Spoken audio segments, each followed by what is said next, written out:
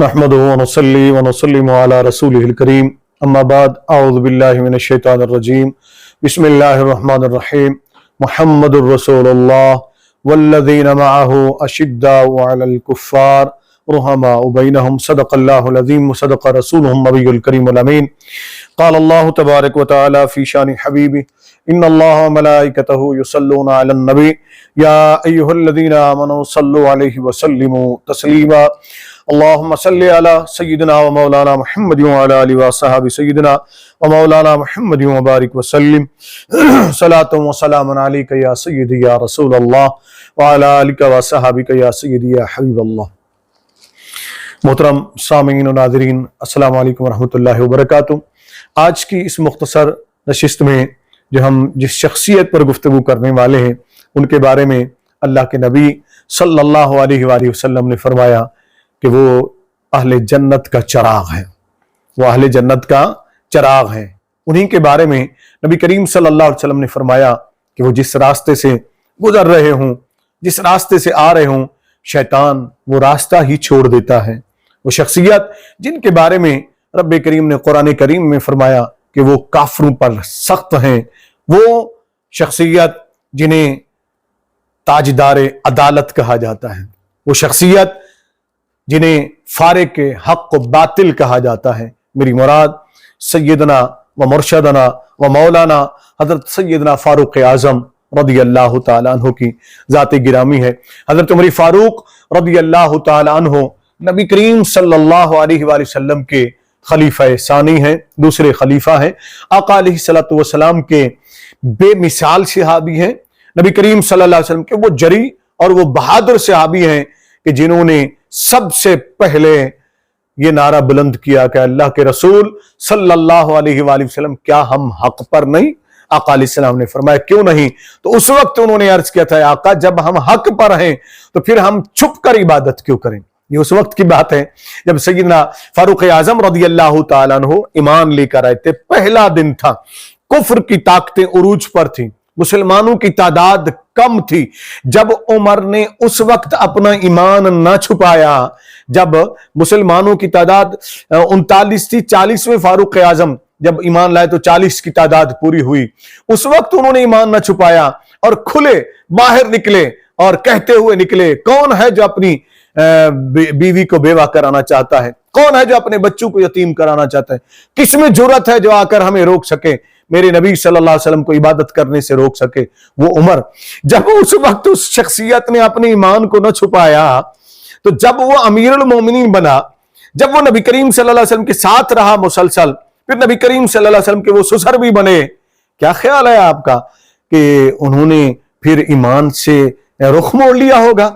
شرم آنی چاہیے ان لوگوں کو جو ایسی شخصیت کے اوپر کیچڑ اچھالتے ہیں، جن کے بارے میں اللہ کے نبی صلی اللہ علیہ وسلم نے بشارت دے دی۔ پہلے میں قرآن کریم کی وہ آیت جس کا ابتدائیہ میں نے چند کلمات بطور تبرک پڑھنے کا شرف حاصل کیا، جس میں اللہ تعالیٰ نے ارشاد فرمایا محمد رسول اللہ والذین معہ اشداء علی الکفار رحماء بینہم تراہم رکعا سجدا۔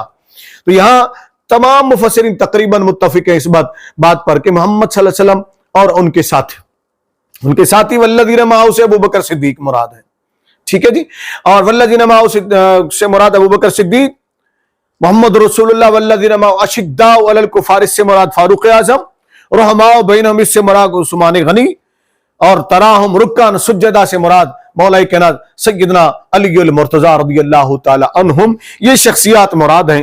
تو سیدنا فاروق اعظم کے تذکرے قرآن کے اندر، اور قرآن کے اندر کتنی آیات ہیں جو سیدنا فاروق اعظم رضی اللہ تعالی عنہ کی موافقت میں نازل ہوئی ہیں، اور اسی طریقے سے بے شمار احادیث کے اندر ایسے واقعات ملتے ہیں کہ جو سیدنا فاروق اعظم نے عرض کر دیا، نبی کریم صلی اللہ علیہ وآلہ وسلم نے بھی وہی فیصلہ فرما دیا۔ مثلا دو باتیں میں آپ کے سامنے رکھتا ہوں، ان میں سے ایک مختصر سی، ایک یہ کہ ایک منافق اور مومن اور یہودی میں جھگڑا ہو جاتا ہے۔ بظاہر اپنے آپ کو وہ مومن کہتا ہے لیکن تھا منافق، تو ان میں جھگڑا ہو جاتا ہے، کسی فیصلہ نبی کریم صلی اللہ علیہ وسلم کے پاس آتا ہے، آقا علیہ السلام فیصلہ اس شخص کے بارے میں کر دیتے ہیں جو یہودی تھا۔ اب یہاں بھی یہ بات بھی دلچسپ ہے، یہودی کہتا تھا محمد صلی اللہ علیہ وسلم کے پاس چلیں، اور وہ جو کلمہ پڑھنے والا تھا، بظاہر کلمہ گو تھا، وہ کہتا تھا نہیں ہم کعب بن اشرف یہودی کے پاس چلتے ہیں۔ وجہ کیا تھی؟ یہ آپ کو آپ کے موجودہ نظام پاکستان کے نظام کا بھی آپ کو پتہ چلے گا، مسلم دنیا کے نظام کا بھی اندازہ اسی سے آپ کر لیں، اسی کے اندر پیغام ہے۔ وہ اس وجہ سے وہ منافق جو کلمہ گو تھا وہ کہتا تھا کہ کعب بن اشرف یہودی کے پاس چلیں کہ وہ رشوت لے کر پیسہ لے کر فیصلہ اسی کے حق میں دے دیتا جو اس کو پیسہ دے دیتا تھا، وہ قانون کو نہیں دیکھتا تھا، وہ عدل کو نہیں دیکھتا تھا، بس وہ یہ سمجھے قانون بھی بک جاتا تھا، عدل بھی بک جاتا، جدھر سے پیسہ مل جائے، جس سے رشوت مل جائے۔ دوسری طرف وہ یہودی جانتا تھا کہ محمد صلی اللہ علیہ وسلم رشوت نہیں لیتے ہیں، وہ عدل کے اوپر مبنی فیصلہ کرتے ہیں۔ گویا یہودی بھی تسلیم کرتا تھا محمدن ازم جو ہے، جو اسلام ہے، اس کا جو نظام ہے وہ عدل پر مبنی ہے، وہ رشوت پر مبنی نہیں ہے۔ اس وجہ سے آپ دیکھیں تو پاکستان میں بھی اور دیگر مسلم ممالک میں بھی اسلامی نظام کو نافذ نہیں کرنے دیا جاتا۔ تو وہ فیصلہ جب آقا علیہ السلام نے یہودی کے حق میں دے دیا سننے کے بعد، تو یہ سیدنا فاروق اعظم کے پاس لے کر چلا گیا، بڑا تفصیلی واقعہ ہے۔ تو وہاں جب گیا تو پھر سیدنا فاروق اعظم نے پوچھا، 3 بار پوچھا، یہودی نے بتایا کہ محمد صلی اللہ علیہ وسلم نے میرے حق میں فیصلہ دیا۔ اس سے پوچھا کلمہ گو سے، اس نے کہا جی ہاں بالکل، یہ کہے تو ٹھیک رہا، ہم گئے تھے، انہوں نے ان کے حق میں فیصلہ دے دیا۔ نے کہا پھر ٹھہرو میں تمہارا فیصلہ کرتا ہوں۔ اندر گئے، تلوار لے کر باہر آئے اور اس کلمہ گو کی گردن اڑا دی۔ کہا جو میرے نبی صلی اللہ علیہ وسلم کا فیصلہ نہیں مانتا، عمر کا فیصلہ اس کے بارے میں یہ ہے۔ پورے مدینے میں شور مچ گیا کہ عمر نے کلمہ گو کو قتل کر دیا ہے۔ تو سیدنا عمر فاروق رضی اللہ عنہ کو نبی کریم صلی اللہ علیہ وسلم نے بلایا، نشست لگی ہوئی تھی، صحابہ کرام آقا علیہ السلام نے پوچھا کہ عمر تو نے یہ کیا کیا؟ تو نے ایک مسلمان کو قتل کر دیا، مومن کو قتل کر دیا۔ انہوں نے عرض کیا رسول اللہ صلی اللہ علیہ وسلم، میں نے مومن کو قتل ہرگز نہیں کیا ہے، میں نے ایسے شخص کو قتل کیا جو کلمہ تو آپ کا پڑھتا تھا مگر آپ کی بات کو نہیں مانتا تھا۔ انہوں نے جو الفاظ کہے تھے نا کہ مجھے آپ کے رب کی قسم میں نے مومن کو قتل نہیں کیا، ادھر قرآن کریم کی آیت نازل ہو گئی، فَلَا وَرَبِّكَ لَا يُؤْمِنُونَ حَتَّى يُحَكِّمُوكَ فِي مَا شَجَرَ بَيْنَهُمْ۔ اے محبوب مجھے تیرے رب کی قسم ہے، وہ مومن نہیں ہو سکتا جو آپ آپس کے جھگڑوں میں، اختلافات میں آپ کو حکم تسلیم نہیں کرتا ہے۔ تو یہاں قرآن کریم میں رب کریم نے حضرت عمر فاروق رضی اللہ عنہ کی موافقت فرمائی، اور یوں سیدنا فاروق اعظم رضی اللہ عنہ کی بات کو اللہ رب العزت نے قرآن بنا دیا۔ اب اس سے اندازہ لگا سکتے ہیں اس شخصیت کا۔ پھر نبی کریم صلی اللہ علیہ وسلم نے یہ بھی فرمایا ایک ایسے موقع کے اوپر جب بچیاں کوئی دف بجا رہی تھیں، بڑا طویل واقعہ ہے، کتب سیر کو آپ پڑھیں وہاں موجود ہے، کتب حدیث کے اندر بھی موجود ہے۔ تو سیدنا فاروق اعظم رضی اللہ عنہ جب پہنچے تو ان بچیوں نے ان کو جب دیکھا تو انہوں نے دف بجانا شروع کر دیا۔ تو آقا علیہ السلام نے عمر فاروق کے بارے میں فرمایا تھا کہ عمر یہ بچیاں تجھ سے ڈر گئی، یہ تو بچیاں ہیں نا، لیکن تو ایسی شخصیت ہے، تو جس راستے سے گزر رہا ہو نا تو وہ شیطان وہ راستہ بھی چھوڑ دیتا ہے۔ اور آج یہی بات ہے، یہ تجربہ شدہ بات ہے، آپ نے شیطانوں کو بھگانا ہو یا شیطانوں کو دیکھنا ہو تو عمر کا نام لیجئے، سیدنا فاروق اعظم حضرت عمر فاروق رضی اللہ تعالی عنہ کا نام لیجئے۔ شیطان چلاتا ہوا بھاگ بھی جاتا ہے اور نسل شیطان جو ہے وہ چیخنے لگ جاتی ہے، چلانے لگ جاتی ہے۔ اس لیے فاروق اعظم رضی اللہ عنہ سے لوگوں کو تکلیف اس وجہ سے ہے کہ وہ فارق حق کو باطل ہیں۔ سیدنا فاروق اعظم رضی اللہ عنہ جب کعبۃ اللہ کا طواف کرنے کے لیے گئے تھے تو اس وقت ہی ان کو فارق حق و باطل اللہ کی طرف سے یہ لقب مل گیا تھا، نبی کریم صلی اللہ علیہ وسلم کے طرف سے یہ لقب مل گیا تھا کہ عمر حق و باطل کا امتیاز کرنے والا ہے، حق اور باطل میں فرق کرنے والا ہے۔ گویا عمر کا نام ہی حق و باطل کی تمیز کرنے والا ہے، یعنی جو سیدنا فاروق اعظم حضرت عمر فاروق رضی اللہ عنہ کو مانے گا، ان سے محبت کرے گا، سمجھ لیجئے کہ وہ حق کے ساتھ کھڑا ہوا ہے، اور جو سیدنا فاروق اعظم رضی اللہ عنہ سے بغض رکھے، عداوت رکھے اور ان کے نام سے نفرت کرے، سمجھ جانا کہ یہ حق پر نہیں ہے، یہ باطل کے راستے پر ہے، یہ شیطان کے راستے پر ہے، یہ ابلیس کے راستے پر ہے، حق کے راستے پر نہیں ہے۔ حق کا راستہ کیا ہے کہ فاروق اعظم رضی اللہ عنہ کے بارے میں آقا علیہ السلام نے ارشاد فرمایا، اے عمر تیری زبان پر حق بولتا ہے، لسان عمر کی زبان پر حق بولتا ہے۔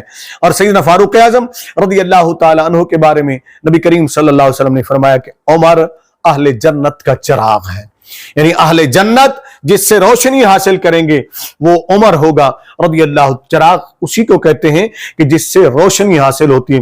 یوں سیدنا فاروق اعظم رضی اللہ تعالیٰ نے بھی اپنی پوری زندگی نبی کریم صلی اللہ علیہ وآلہ وسلم پر ایمان لانے کے بعد، سیدنا فاروق اعظم رضی اللہ عنہ وہ شخصیتیں جو سابقون والاولون میں ہیں، یعنی پہلے ایمان لے آئے ان صحابہ کرام میں شامل ہیں۔ سیدنا فاروق اعظم رضی اللہ تعالی عنہ، اللہ رب العزت ان کے مرقد مبارک پر بے شمار رحمت نازل فرمائے۔ سیدنا فاروق اعظم رضی اللہ تعالیٰ کی زندگی کا سب سے جو شہرت یعنی کہ پہلو ہے شہرت کا، وہ تھا عدل فاروقی۔ سیدنا فاروق اعظم رضی اللہ تعالیٰ عنہ نے عدل کا نظام ایسے قائم فرما دیا کہ ایک ہی یعنی کہ تالاب کے اوپر کھڑے ہو کر ایک ہی گھاٹ میں شیر اور بکری پانی پیا کرتے تھے۔ یہ بڑی مشہور بات ہے اور مستند کتابوں میں موجود ہے، مگر شیر کو جرت نہیں ہوتی تھی کہ وہ بکری کی طرف آنکھ اٹھا کر بھی دیکھے۔ یہ بھی آپ کی سیرت میں ملتا ہے واقعہ کہ آپ ایک راستے سے گزر رہے تھے، بوڑھی خاتون رو رہی تھی، پوچھا کہ اماں کیوں رو رہی ہے؟ کہا میرا تیل گر گیا، زمین پی گئی۔ عمر چاہتے تو کہہ دیتے کہ جاؤ گھر کے اندر جا کر اور لے لینا، لیکن سیدنا فاروق اعظم نے اپنا عصا فروکی لیا اور زمین پر زور سے مارا، اور مارنے کے بعد، اور ایک روایت میں نے ایک کتاب میں یہ پڑھا کہ انہوں نے اپنے پاؤں کو زور سے مارا، اور دوسری جو مشہور ہے وہ یہی زیادہ تر کتب کے اندر کہ اپنے عصا کو مارا اور زمین سے فرمایا اے زمین تجھے جرت کیسے ہوئی کہ تو بڑھیا کا جو ہے نا تیل پی گئی؟ کیا عمر نے تجھ پر عدل نہیں کیا؟ جب سیدنا فاروق اعظم نے یہ جملہ بولا تو زمین نے فوراً وہ تیل اگل دیا۔ بس یہاں پر پیغام میں یہی دینا چاہتا ہوں آخر کے اندر، اگر عدل ہو، زمین پر عدل قائم کرنے والا حاکم ہو، عدل قائم کرنے والا حاکم ہو، تو پھر زمین بھی جرت نہیں کر سکتی کہ کسی کا حق غصب کر لے، جو بے زبان ہم جسے کہتے ہیں۔ یہاں ہم تو 76 سالوں سے پاکستان میں انصاف کی تلاش میں ہیں، حق کی تلاش میں ہے کہ جو حقدار ہے اسے اس کا حق مل جائے، مگر ہماری عدالتیں فیصلہ اس وقت کرتی ہیں جب بندہ مر جاتا ہے 40 سال بعد، 50 سال بعد، 45 سال بعد، پھر جا کر سنا جاتا ہے جی مقدمہ، اور پتہ چلتا ہے جس کو بے گناہ کہا دیا گیا تھا اسے سزائے موت دے دی گئی ہے۔ اور یہاں کیوں حقداروں کو حق نہیں مل رہا ہے؟ پاکستان کے اندر رشوت کیوں نہیں ختم ہو رہی ہے؟ ہمارے معاشرے کے اندر رشوت کیوں نہیں ختم ہو رہی؟ سکون کیوں نہیں آ رہا ہے؟ اس وجہ سے کہ نہ حکمران عدل کرنے والے ہیں، نہ وقت کے قاضی، نہ وقت کے جج عدل کرنے والے ہیں۔ دعا کرو کہ اللہ تعالی ہمیں عدل فاروقی والا نظام عطا فرمائے اور ہمارے معاشرے کے اندر امن قائم ہو جائے۔ اللہ رب العزت سیدنا فاروق اعظم رضی اللہ تعالی عنہ کی سچی محبت عطا فرمائے اور اللہ تعالی ہمیں ان کے نقش قدم پر چلنے کی توفیق عطا فرمائے۔ آمین۔